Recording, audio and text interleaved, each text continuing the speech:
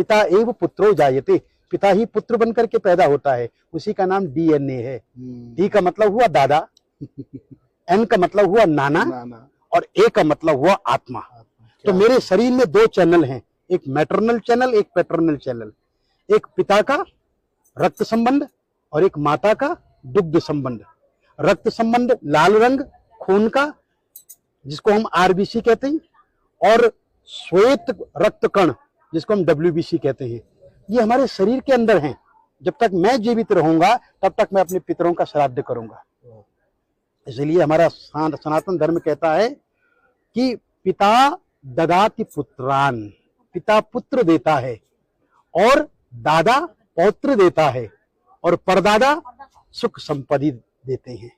वंशो विस्तारताम यातु, वंश का विस्तार, कीर्ति यातु दिगंतरम, और सारे संसार में कीर्ति का फैलना, आयुर विपुलताम यातु, लंबी उम्र देना, पितृदेव प्रसादता, पितरों के प्रसाद से, पितरों की कृपा से। तो ये जो 6 महीने हैं, इस 6 महीनों में जब अश्विन का महीना आता है, दक्षिणायन जब आरंभ होता है, तो पितरों का दिन होता है, और पितृ वायु रूप में आपके घर में वापस आते हैं कि जो कुछ वो छोड़ करके गए हैं वहां सब ठीक तो है। मैंने जो संपत्ति छोड़ी है उस संपत्ति में मेरे बच्चे मिल बांट करके खा रहे हैं या नहीं, अरे मेरे लिए कुछ दे रहे हैं या नहीं, मुझे स्मरण कर रहे हैं, तो वायु रूप में आते हैं। परंतु जो श्रद्धावान पुत्र होता है ना, वो क्या करता है, वो पंडित जी को बुलाता है और उनको बुला करके तर्पण करवाता है। तो तर्पण कितने प्रकार के होते हैं? बोले देव तर्पण, ऋषि तर्पण, मनुष्य तर्पण, पितृ तर्पण और स्वपितृ तर्पण।